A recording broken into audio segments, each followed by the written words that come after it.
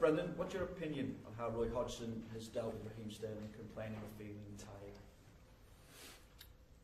I think for me, I've obviously read a lot and listened a lot to obviously what's been said on, and I want to get a few things on the whole sort of situation, and then would probably want to move on from it for the kids' sake, really. Probably firstly is giving congratulations to England. You know, they've won their 2 qualifying games, and I think all of that has been lost in everything that's been written about Raheem. They won 2 qualifiers. They've won the first 3 games in the group, and also congratulations to all the home nations, because the results that they got and the performances was outstanding, and obviously to Gareth Southgate as well, and the under-21 coach who's qualified. And so a lot of the great work in terms of the football field, which is what we work towards, has been lost in this year. So congratulations to them. I think the second point is for Raheem. I've been very fortunate to have worked with a brilliant young player here over the last 2 years. I came into Liverpool, and he was a young player from the youth team and in the reserves. I took at 17 with me on a pre-season trip, and from that there, up until this stage, he's been absolutely incredible for me.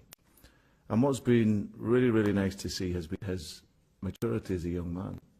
He's now sits 19 years of age, a full international player, hopefully going to be a real key player for England for many years. And of course, here at Liverpool, he's been a wonderful talent.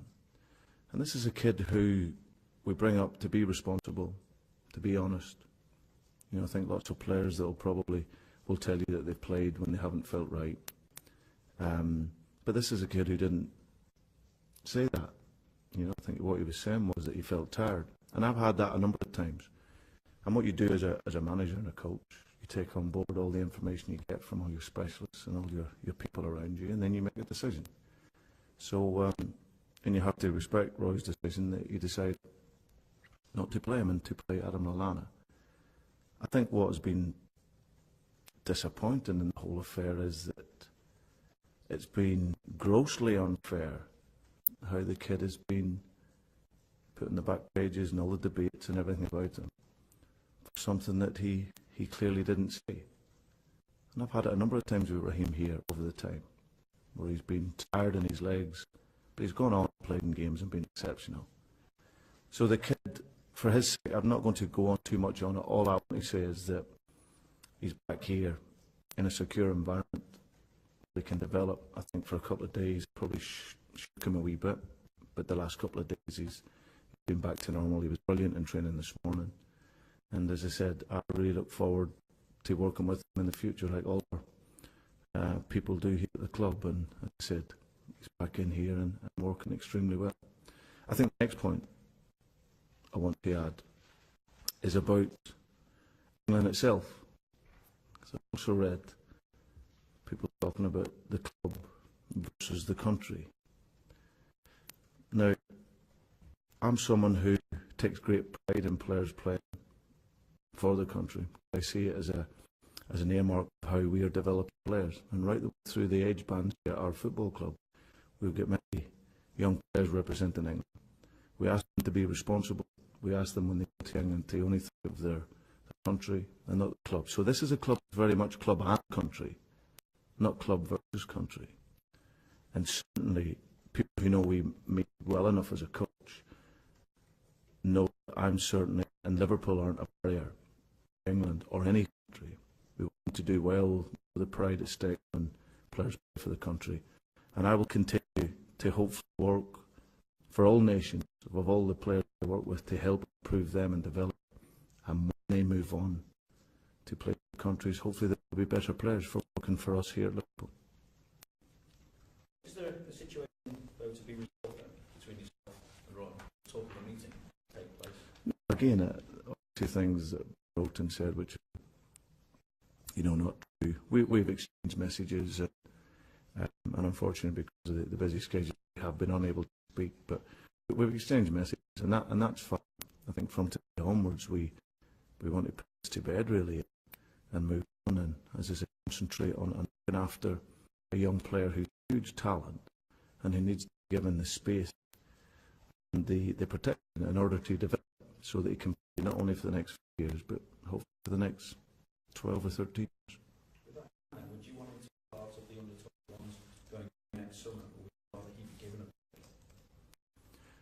a... We assess that come towards the end of the season. I think it's a very relevant point for England. If they're going to improve internationally, I think to be more focus given to the under-21. I think Gareth's doing an excellent job there, trying to create a philosophy and a style of football that hopefully is going to allow players to develop and hopefully get through into the first, continue with that philosophy and style. So for me, still eligible to play, assess it over the course of the season. But I think for the lots of young players that break through, or a number of young players that break through, that can fit into the age band, and I don't think it would do them harm at all if they went and experienced a competition like that, surrounded by top players, and if they were lucky enough to go on and win the tournament, and good enough to win, then that certainly would hold the development. It would increase it. This weekend, Daniel Sturridge back. We'll have to see tomorrow how Dan is. We get a number of our injured players are back for a while and is training, looking well. Emery, Jan back in, obviously Johnson back in. So that side of healthy, Dan would to see tomorrow where he's at, and we'll take it from there. Just that general discussion about tiredness. I mean, a lot of people thought there'd be problems after the World Cup, maybe by, but how surprised are you that you're starting to feel in mid-October?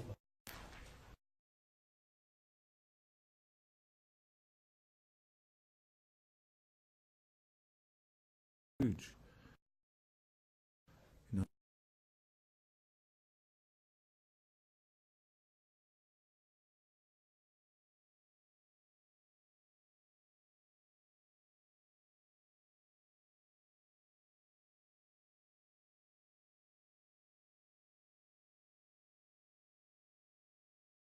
I think what does improve is the physicality and the intensity of the game, and that's something that has a consequence on players. So, and I think you see that throughout Europe. So, but hence the reason why we have to help recover players, because as a manager, it's key that you have your best players playing, and they cannot play every single game at the top level, and in particular young players. You know, you can break a young player. Too many miles on the clock as a youngster, then you will break him, and he'll end up finishing his career at 26, 27, his best years are gone. So our idea here is to protect the player, to maximise the number of games that he can play in, but also have a strategy going forward so that they can play. And but that's every individual player you have to look at.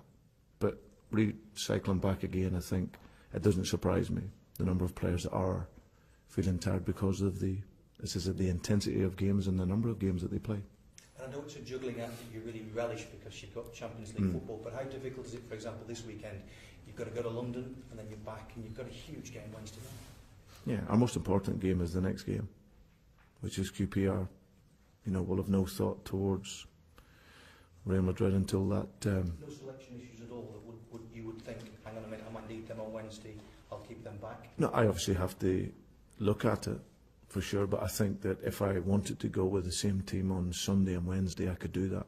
I think the period in between would allow me to do that, and obviously then we have Hull on the Saturday as well. So there is a bit planning forward, but that's why we bulked up the squad in the summer in order for us to do that. And Daniel seemed to enjoy his time in the supermarket. Is he looking forward with equal relish to getting back in action? I mean, he's been out a while now. He enjoyed it what? I don't know if you've seen the photographs of Daniel out in the supermarket shopping. I haven't, no. No? One of your players has been out shopping. Have you, right? No, it's not on. Yeah, that'll be another story, won't it? But he's obviously can't wait to get back. Yeah, well, that's the idea. He's obviously been out a long time, you know, since the last break. He's, nearly 6 weeks. So it's been a long time. He's you know, I must give credit to our medical team here, because, you know, I looked around the medical room the other week there, and we had, 8 players injured, of which 6 of those were down to international break, and obviously Daniel's been one of the longer term ones in that, and he's obviously working tirelessly with them, and they're, I've got an incredible sports science team and medical team here who really focus in on his rehabilitation. So I'm sure he's a football player, he's a top class talent, and he'll be looking forward to getting back once he's ready. Brendan, Roy's been a club manager, he's been a Liverpool manager who's criticised or been disappointed about his players being injured on international duty. Does it surprise you all the more, perhaps, at the way he handled this, given that he has that background? No, listen, Roy's a manager with great experience. He's been around the game long enough, and as I said, all managers will deal with situations differently. So, listen, I'm not here to make any comment on that. But he did criticise your training methods, for instance, which is unusual from an international manager. Yeah, I think in terms of my methods, probably one thing to clear up, I've seen a lot written about the second day recovery. And I think probably maybe people looking at it and thinking that the second day, Liverpool players are sat at home on the couch with their feet up watching Sky Sports, which is further from the truth. I spent a lot of time travelling, maybe 15 years travelling around Europe, looking at different methods, looking at different ideas, and so at the time when I became a manager, I'd have an identity as a coach. Whether it was right or wrong for other people, it didn't really matter. But I would set off as a manager and inherently believe in it. And my belief and my model, training model and game model, was always to make players better. And part of that is to look at each individual player in terms of how they recover. Because the nature of my game and how I ask the players to play, which is to press the ball with a big intensity, to be aggressive and circulate the ball at speed. So our game demands a high physical level. So the recovery of players then is different, and each individual player is different. But to clear it up, our second day recovery is a technical session. Players in every club on the first day after a game will recover. Some will do it inside in a swimming pool, some will do it outside on the field, some will do it on bikes. Various ways to recover. The second day recovery is something that I see as very, very important in players, and in particular young players. But not every player goes through the same recovery on that second day. So we will have a technical session outside, and the key in that session is the intensity of the session and the density of the session. So the spaces are very small, still allows me to do the technical work required, the tactical work required, but obviously, of course, as the football coach and manager, I have the ability to determine the size and the training model and how the pitch size is. So that enables me to have a second day recovery session. So that has worked for me right the way through my life, working with young players. They're always fit, fresh, going into games. And it's something that, in the time I've been here, I believe has helped the likes of Steven Gerrard and Daniel Agger when he was here to play the numbers of games that they had. Glenn Johnson, as an example, was a player that was playing regularly 3 games a week for me last season and coping well. So recovery is vital.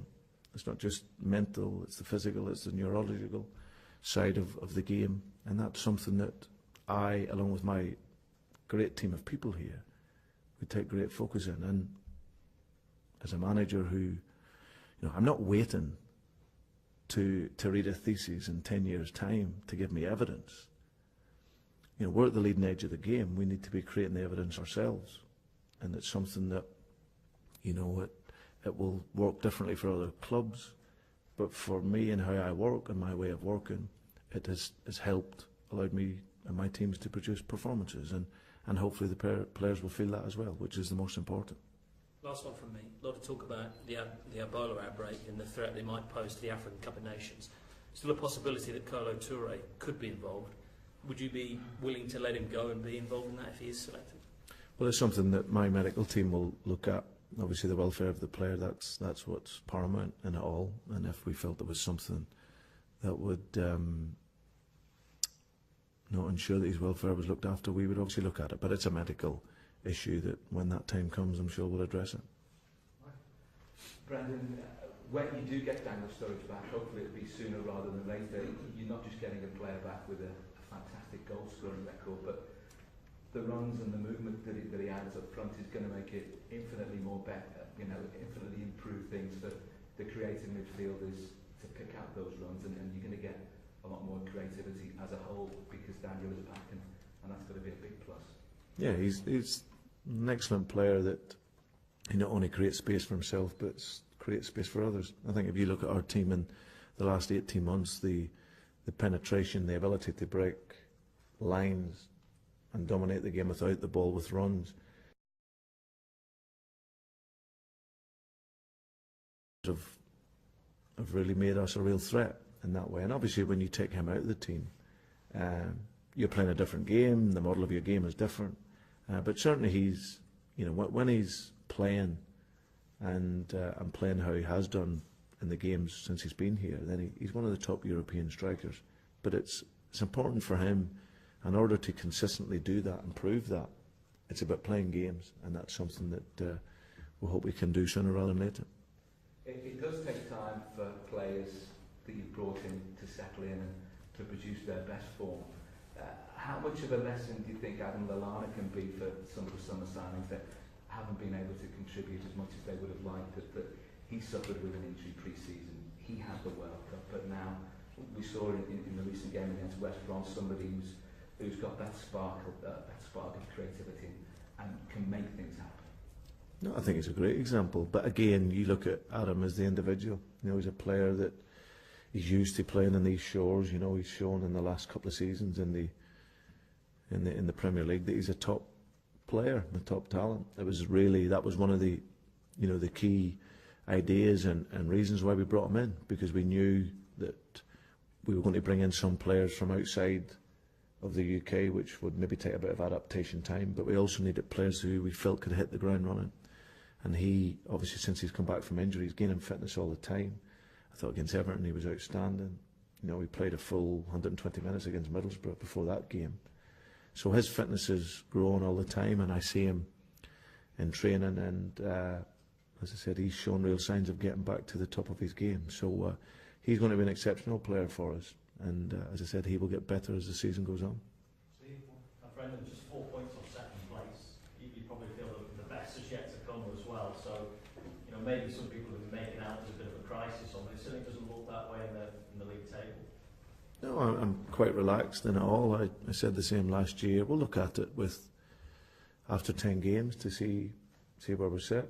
I think, as you say, if Phil Jagielka doesn't score a worldly goal, then we're 2 points better off in the top four. But as I said, at this point in time, it's just looking at our performance level and looking to improve that. We know we'll get better as the season goes on. There's certainly no crisis. We lost a world-class player in the summer, and we brought in a lot of players, and that just takes time to gel, and of course with less training time to coach the players, you're going straight into the games. So but the players here are absolute magnificent. The attitude and the energy that they show here, and the thirst to want to be better, that's what gives me the hope, as I said, and that we can really push on. And I would rather make slow and steady progress, because you'll get there, and that's something that we'll continue to look to do here. Jason Loveland, is there an update on what latest his injuries? Yeah, he will hopefully be fine for the weekend. Obviously, the big match next week is Real Madrid. Does that create a bit of a buzz around the squad that maybe gives players a bit of a lift to try, not try it hard, that's wrong, but they want to play that game, but they've got to get a place secure for Sunday first? No, I'll probably answer that on Monday. We've got QPR on Sunday, so I'm not even thinking about Real Madrid. That we have to tell the players though, because obviously it's a fixture that's dominated since it came out. So do they take their own money, or is it not even come to their own? No, it's no problem. We know that our big game is the next game, which is QPR.